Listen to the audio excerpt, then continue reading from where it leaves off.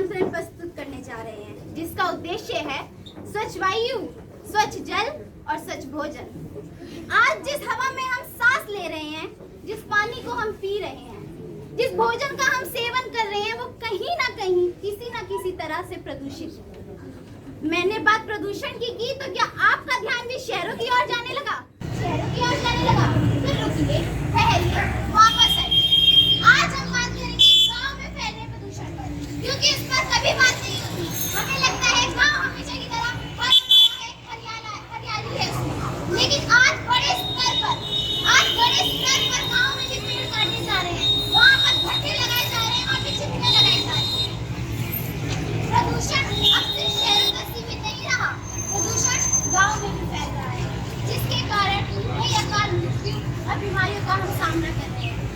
चलिए इसी के साथ प्रस्तुत है आपके सामने हमारा प्रथम दृश्य, जिसमें गुड्डू भैया अपनी पुरानी खटारा मोटर बाइक से पूरे गांव में धुआं उड़ाते हुए अपने मिर्ची से मिलने जा रहे हैं। अरे यार क्या रही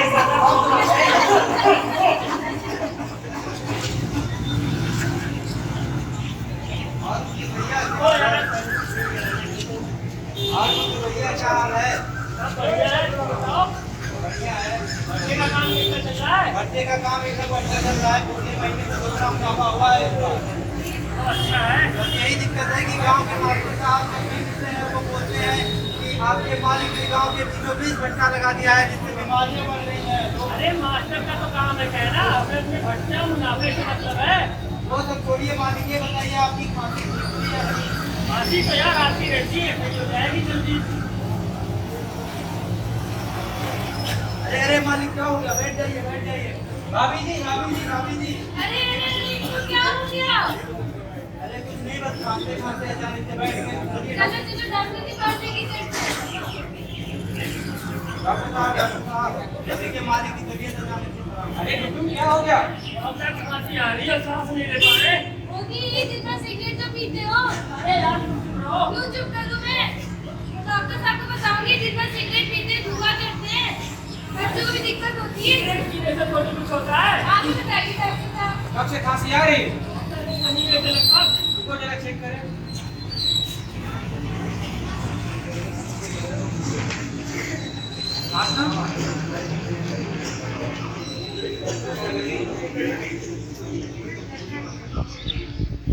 मुझे लगता है कि फेफड़ा काफी हद तक खराब हो चुका है।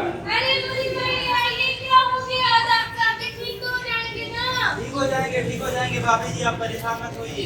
अगर गुड्डू सिगरेट पीना छोड़ दे और भट्टे के दूषित हवाओं से दूर रहे तो इनका स्वास्थ्य पहले से काफी बेहतर हो जाएगा। डॉक्टर साहब मैं आगे से ध्यान रखूंगा कि सिगरेट ना पीऊं और आप लोग भी इसका सेवन ना करें।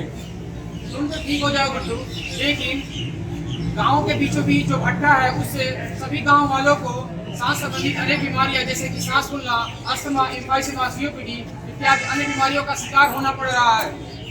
लेकिन डॉक्टर साहब भट्टा लगाना भी तो जरूरी है, गांव का विकास होना जरूरी है, लोगों को रोजगार मिल रहा है। भट्टा लगाना ही है तो गांव से काफी दूरी पर लगाओ और उसके आसपास अनेक पेड़ पौधे लगाओ ताकि हमारा पर्यावरण शुद्ध रहे। ये था सिर्फ एक दृश्य, ऐसे ही कई अनेक कारण हैं जिससे आज गांव में प्रदूषण भारी मात्रा से फैल रहा है। चलिए किसी और देख लीजिए, फसल कटने के बाद कैसे पूरी पराली को जलाकर यहाँ वायु को भारी स्तर पर दूषित किया जा रहा है। अरे साहब पराली इकट्ठा हो गई, क्या करना है उसका? जो हर साल करते हैं, जला डालो। अरे साहब उम्र हो गई, धुएं से सांस फूलने लगता है, कुछ और उपाय बताइए। अभी इसका कोई उपाय नहीं, तुम्हें जलाना ही पड़ेगा। जी साहब। क्या पूरी पराली को जला देना ही इसका एकमात्र समाधान है? तो इसका समाधान दिया है हमने पूषा रिसर्च इंस्टीट्यूट ने। पूषा रिसर्च इंस्टीट्यूट हमारे देश का सबसे बड़ा रिसर्च इंस्टीट्यूट है जो खेती पर, फसलों पर रिसर्च करता है। उन्होंने एक ऐसा कैप्सूल बनाया है जिसको आप गुड़ बेसन के घोल में मिलाकर अगर अपनी पूरा पराली पर छिड़क दें तो वह जल्द से जल्द खाद में परिवर्तित हो जाएगा। सिर्फ 4 कैप्सूल और आपके 1 हेक्टेयर की पूरी पराली खाद में परिवर्तित हो जाएगी। चलिए बात कर ली हमने सिगरेट से होने वाले धुएं की, बात कर ली हमने पराली जला के होने वाले धुएं की।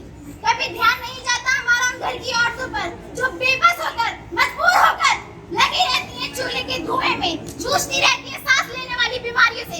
चलिए देखते हैं एक दृश्य जानकी देवी के घर का।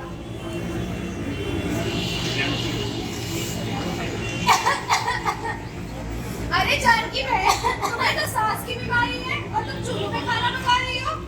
अरे बहन, तो खाना तो बनाना ही पड़ेगा ना, आखिर एक औरत की जिंदगी चूल्हे फूकने में ही तो जाती है। अरे तो गैस सिलेंडर का इस्तेमाल करो। अरे बहन, गैस सिलेंडर हम जैसे गरीब लोगों के लिए कहाँ है? इतनी महंगाई में एक गरीब इंसान कैसा सिलेंडर का खर्चा कैसे उठा सकता तुमने है? प्रधानमंत्री उज्ज्वला योजना के बारे में नहीं सुना क्या?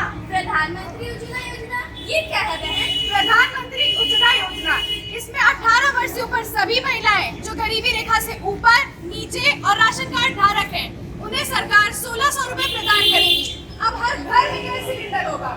अच्छा बहन, मतलब अब हम भी गैस सिलेंडर का इस्तेमाल कर हाँ सकते हैं? बहन, इतनी खुशी की बात है कि हमारी जानकी देवी जी को चूल्हे के धुएं से छुटकारा मिला। लेकिन अब हम बात करेंगे भोजन की ओर। अभी तक हमने बात की वायु प्रदूषण की, अब हम चलेंगे आपको लेकर स्वच्छ भोजन की ओर। कैसे हमारी रोजमर्रा की छोटी छोटी आदतों से हम भोजन को जाने अनजाने दूषित कर देते हैं, फिर वही भोजन आगे जाकर बड़ी बड़ी बीमारियों का रूप ले लेता है। अरे अच्छा बहन, बैठो बैठो, आपके लिए मिठाई मंगवाते हैं। ठीक है बहन। ए रिंकी, हाँ माँ, ये ले रिंकी, जाके ठग्गू की दुकान से कहाँ लेकर मिठाई ले आ। ठीक है अम्मा। हाँ रिंकी, चलो काका की दुकान पे चलेंगे और फिर वहाँ से गोलगप्पे भी खा के आएंगे। चलो चलते हैं। नमस्ते काका। नमस्ते काका। हाँ, और इंडिया बेटा, क्या चाहिए तुमको? हमको एक डिब्बा मिठाई दे दो काका। मिठाई चाहिए बिटिया? अभी देते हैं। ओहो, मिठाई में कितनी मक्खी हो गई है। ये लो बिटिया, मिठाई लो। ठीक काका, और हम दोनों को गोलगप्पे भी खाने गोलगप्पे हैं। भी खाओगे बिटिया तुम लोग? ठीक है, अभी देते हैं। लेकिन बिटिया कितनी गर्मी हो गई है ना? हाँ, गर्मी तो बहुत है हाँ, कोई काका। बात नहीं बिटिया, तुमको गोलगप्पे देते हैं। ये लो बिटिया, गोलगप्पे खाओ। मुझे गोलगप्पे खाने हैं। काका, ये लो। हाँ। तीखे वाले चाहिए? तुमको तीखे वाले देते हैं। ये लो बेटा, तीखे वाले। बढ़िया है ना? हाँ, बहुत अच्छे। सही है। चलते हैं काका। हाँ, खुश रहना बेटा।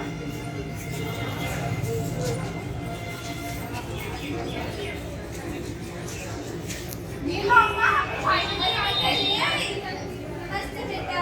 ठीक है, तुम चलते हैं। मिठाई खा के जाना। ये लो बहन, पहले तुम। बच्चों को दो पहले। अच्छा हाँ हाँ, ये लो बेटा, पहले तुम खाओ। लो बहन, अब तुम खाओ। अरे इसमें तो मक्खी मरी पड़ी है। अरे बहन, मक्खी का क्या है, मक्खी तो निकल जाएगी। लो तुम खाओ। जानकी बहन, तुम्हें पता नहीं है मक्खी से कितनी बीमारियां फैलती हैं? अरे बहन, मक्खी से कैसी बीमारियाँ? हमारे देश में हर साल 7 लाख से भी ज्यादा मौतें गंदा खाना और पानी के सेवन से होती हैं। खाने को हमेशा ढक के रखें, ताजे खाने का इस्तेमाल करें, क्योंकि बासी खाने में कीटाणु पनपते हैं। अरे बेटा, क्या हुआ? अरे अम्मा, बहुत पेट दर्द कर रहा है। इसको तो डॉक्टर के पास लेके जाना। अरे चलो चलो, डॉक्टर के पास चलो। अरे डॉक्टर साहब, देखिए मेरी बिटिया को क्या हो गया। क्या हुआ? अरे डॉक्टर साहब, अचानक से पेट दर्द और उल्टी होने लगी इसको। अच्छा, क्या क्या खाएगी? अरे डॉक्टर साहब, सुबह से एक बार दाल चावल खाई और बाहर जाके गोलगप्पे खाई थी। खाना कब बना हुआ था? डॉक्टर साहब, खाना तो कल का ही बना था। अच्छा, बासी खाना खाएगी और बाहर जाके गोलगप्पे खाएगी। अरे डॉक्टर साहब, जान ही रहे हैं आजकल के बच्चे कहाँ दूसरों की बात मानते हैं, बाहर जाके उल्टा सीधा खाते ही हैं। तुम तो चुप ही रहो, खुद थोड़ा सा अच्छा काम करियो, बासी खाना खिलाइयो इसको। अरे डॉक्टर साहब, तो बासी खाने से क्या दिक्कत है? चाहे बासी खाना हो या बाहर का दूषित खाना, उसी खाने से कई प्रकार की बीमारियां होती हैं, जिससे पेट दर्द, पेट सड़ना और उल्टी जैसी दिक्कतें हो सकती हैं। इसलिए हमें बाहर का दूषित खाना और बासी खाना नहीं खाना चाहिए और बाहर से फल एवं सब्जियां जो भी आती हैं उसे धुलकर अच्छे से पकाकर खाना चाहिए। समझी? हाँ डॉक्टर साहब, अब से मैं ऐसी गलती कभी नहीं करूँगी। जैसा कि हम सब देख सकते हैं कि बासी खाना खाने से, बाहर का गंदा खाना खाने से, दूषित खाना खाने से तमाम प्रकार की बीमारियां उत्पन्न होती हैं, जैसे कि पेट दर्द, पेट का झड़ना, बुखार, पेट में मरोड़ इत्यादि। आखिर इन सब बीमारियों से बचने का उपाय क्या है? बचाव के लिए भी कुछ विशेष नहीं करना है, बस रोजमर्रा के जीवन में छोटी छोटी बातों का ध्यान रखना है। जैसे हम साग सब्जी लेने जाते हैं तो उसको धुलकर इस्तेमाल करें, खाना साफ पानी से पकाएं, रसोई घर साफ रखें, ताजा खाने का सेवन करें और खाना ढककर रखें। ऐसा करने से हम कई सारी बीमारियों से बच सकते हैं। ऐसा नहीं है कि ये सब छोटी छोटी बातें हमको पता नहीं होती हैं, बस हमने इसे रोजमर्रा के जीवन से नजरअंदाज कर दिया है। तो आइए एक स्वच्छ भोजन अपनाएं, स्वच्छ भोजन स्वस्थ जीवन। अभी तक हमने वायु प्रदूषण और स्वच्छ भोजन के ऊपर बात की है। अब ले चलते हैं आपको एक दृश्य में नदी किनारे, जिसमें एक तरफ रंगीला नहा रहे हैं और दूसरी ओर चन्नू लाल उसमें कचरा फेंककर उसको प्रदूषित कर रहे हैं। हाँ, गंगे।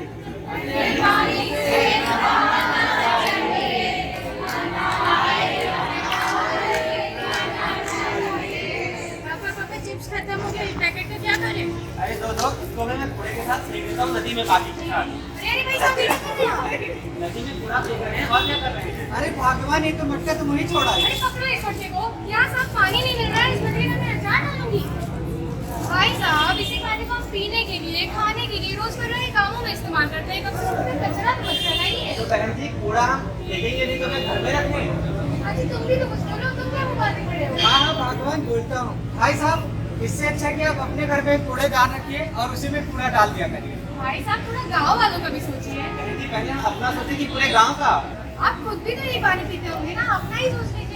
अच्छा निकाल के मटा भाई, पूरा कुछ समझ आता है, हाथ में ऊपर। अरे भाई साहब, लगता है आप डुबकी मार रहे होंगे तो हमने फेंक दिया, माफ कीजिएगा। आप चुप रहिए भाई साहब, खुद साबुन वाले पानी को गंदा कर रहे हैं, आपको नहीं दिखाई दे रहा और इनको ज्ञान दे रहे हैं। सही पापा, ये चॉकलेट का पैकेट में फेंक दीजिए। दो तो इसे मैं फेंक देता हूँ। नमस्ते चाची। अरे क्या बड़ी दिन बाद दिखाई दी? हाँ चाची, थोड़ी तबीयत खराब थी। क्या हुआ, डॉक्टर को दिखाया? डॉक्टर को दिखाया तो डॉक्टर साहब बोले टाइफाइड हुआ है। टाइफाइड हो गया? ये देख रहे हैं भाई साहब, देख रहे हैं आप सब, ये टाइफाइड और इससे जुड़ी कई बीमारियां जैसे कि डायरिया, कोलेरा, ये गंदा पानी पीने की वजह से ही होती है। हाँ चंदा बहन, मैंने इस तरफ तो सोचा ही नहीं था।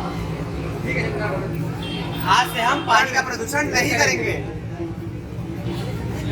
जो हाल हमने नदियों का कर रखा है, उससे बीमारियां नहीं फैलेंगी तो और क्या होगा? हाँ, तो इसकी जिम्मेदार बड़ी बड़ी फैक्ट्रियाँ हैं ना। सिर्फ बड़ी बड़ी फैक्ट्रियां ही नहीं है, प्रदूषित जल का 70% से ज्यादा हिस्सा हमारे अपने घरों से निकलने वाले मल और कूड़े से होता है, जो हम नाले और नालियों में बहा देते हैं और वो नदी में जाकर उसको प्रदूषित करता है। अच्छा, तो फिर इसका हल क्या है? कई सारे हल हैं, आप खुद सोचिए। आप नहाते हैं, कपड़े धोते हैं, उसका सर्फ और साबुन जो हम नालियों में बहाते हैं, उसका पानी कहाँ जाता है? नदियों में ही तो जाता है।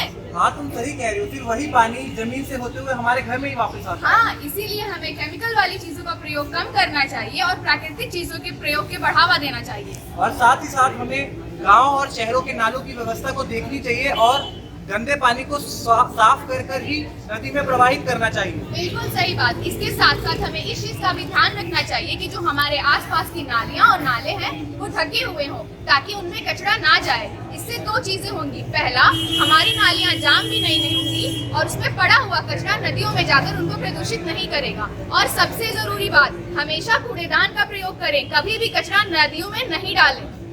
ऐसे करके हम जल को प्रदूषित होने से बचा पाएंगे और स्वस्थ रहेंगे। हाँ, उतना ही अच्छा हमारा कल होगा जितना स्वच्छ हमारा जल होगा। वायु प्रदूषण पर मैं आप सभी के समक्ष दो पंक्तियां पेश करता हूँ। ये जो गाड़ियों में घूमने लगे हो तुम, ये जो गाड़ियों में घूमने लगे हो तुम, हवाओं में जहर घोलने लगे हो तुम, ये जो बेखौफ पेड़ काट रहे हो तुम, कुदरत को बदलने लगे हो तुम। यदि हवाओं ने अपने तेवर बदल लिए, यदि हवाओं ने अपने तेवर बदल लिए, बीमारियों से ग्रसित होने लगोगे तुम। और बचा लो इस पर्यावरण को अपने कल के लिए, बचा लो इस पर्यावरण को अपने कल के लिए, वरना फिर सांसों के लिए तड़पने लगोगे तुम।